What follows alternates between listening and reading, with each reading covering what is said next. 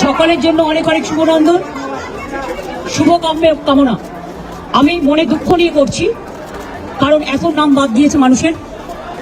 আমরা এখনো বলবো এটা সুপ্রিম কোর্টেরই অর্ডার ছিল। অ্যাডজুডিকেশন আছে, তারা জেনুইন ভোটার এবং তাদের ভোটটা তোলা উচিত।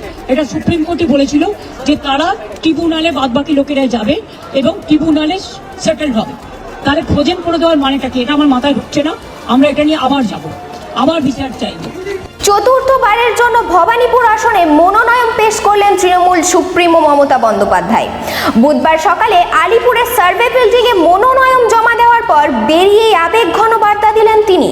বললেন, ভবানীপুরেই আমার ধর্ম কর্ম, এখানেই ছিলাম আছি, ভবানীপুর আমার সবকিছু।